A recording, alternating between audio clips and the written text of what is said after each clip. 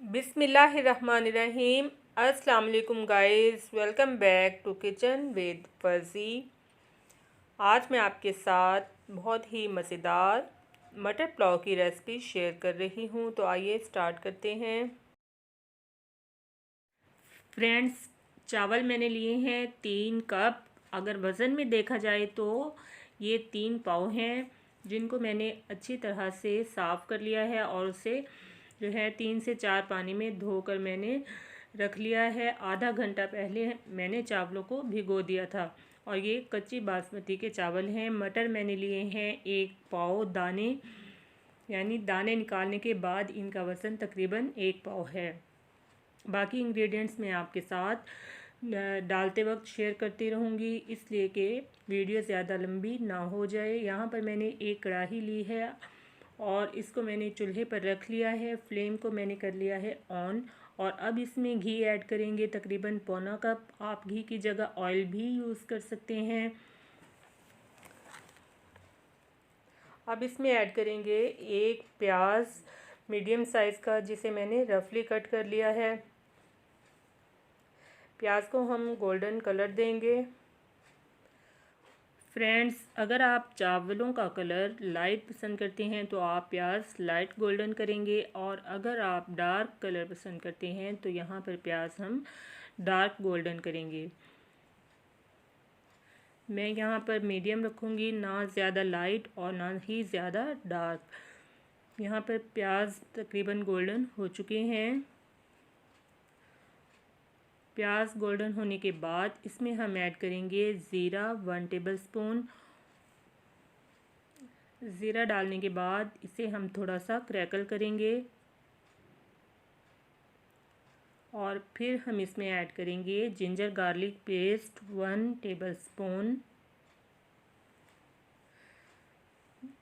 Paste डालने के बाद थोड़ा सा फ्राई करेंगे।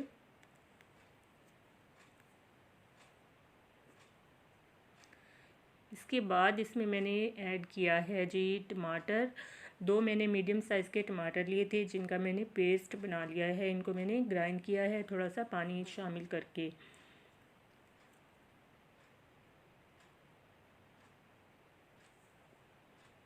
अब इसमें हम ऐड करेंगे खुश्क धनिया पाउडर, तकरीबन 1.5 टीस्पून।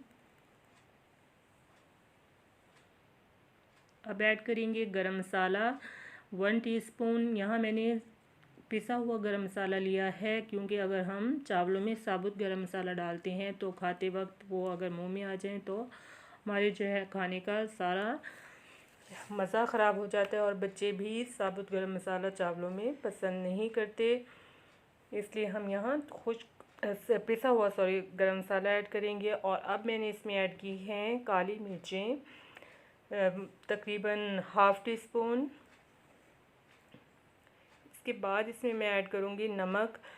फ़िलहाल मैंने इसमें 1 टेबलस्पून नमक ऐड किया है। बाकी पानी डालते वक्त हम चेक कर लेंगे और नमक को पूरा कर लेंगे। नमक हस्बे ज़रूरत आप कम या ज़्यादा कर सकते हैं। अब इसमें हम साथ ही मटर ऐड कर देंगे, ताकि मसाले के साथ साथ हमारे जो है मटर भी सॉफ़्ट हो जाएं। अब इसमें ऐड कर देंगे 4 से 5 हरी मिर्चें। नमक मिर्च फ्रेंड्स आप अपने टेस्ट के अकॉर्डिंग कम या ज़्यादा कर सकते हैं। अब इसमें मैंने ऐड की है कुटी हुई मिर्च 1 टीस्पून के बराबर।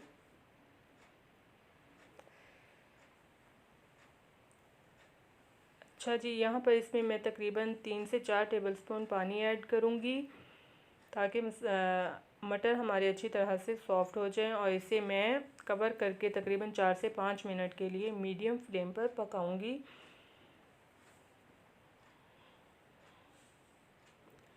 4 से 5 मिनट के बाद हम ढक्कन उतार लेंगे और चेक करेंगे।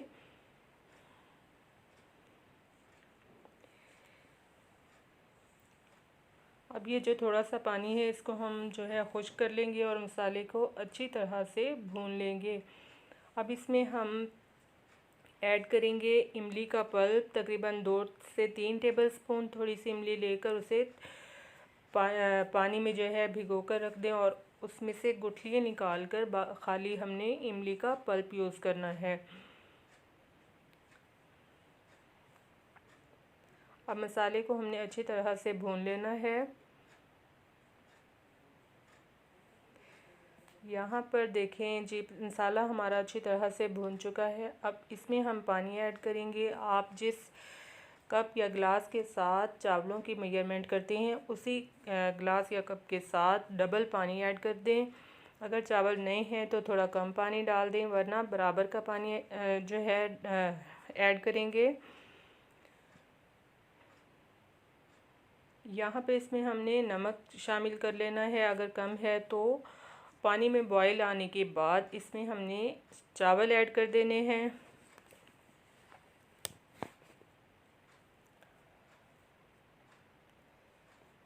चावल ऐड करने के बाद हमने इसको जो है मीडियम फ्लेम पर पकाना है पानी खुश्क होने तक। यहाँ पर जी देखें चावलों का पानी खुश्क हो चुका है और इस स्टेज पर हमने चावलों को लगाना है दम।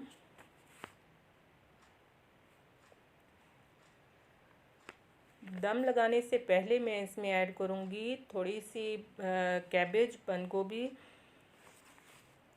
इससे बहुत ही ज़बरदस्त और क्रंची फ्लेवर आएगा चावलों में, बहुत मज़ेदार और टेस्टी चावल बनते हैं। इसके बाद हम इसमें थोड़ा सा धनिया ऐड कर देंगे टेस्ट और ख़ूबसूरती के लिए। और इसमें जो है थोड़ी सी हरी मिर्चें भी मैंने ऐड की हैं। अब 10 मिनट के लिए चावलों को हम दम लगा देंगे। चावलों को जी दम पर रखे हुए 10 मिनट हो चुके हैं। अब हम करते हैं अपने मटर पुलाव का फेस रिवील और देखते हैं कि हमारे जो है मटर पुलाव कैसे बने हैं। और चावलों को हम अच्छी तरह से मिक्स कर लेंगे। चावलों में चम्मच हमने साइड से डालकर हिलाना है, दरमियान में नहीं डालना, वरना हमारे चावल जो है टूट जाते हैं और टूटे हुए चावल अच्छे नहीं लगते। अब इसके बाद हम चलते हैं जी फाइनल लुक की तरफ। यहाँ पर चावलों को मैंने कर लिया है डिश आउट और आप इस रेसिपी को ज़रूर ट्राई कीजिएगा। इस तरीके से बहुत मज़ेदार चावल बनते हैं। Thanks for watching my video. अल्लाह हाफिज़, टेक केयर।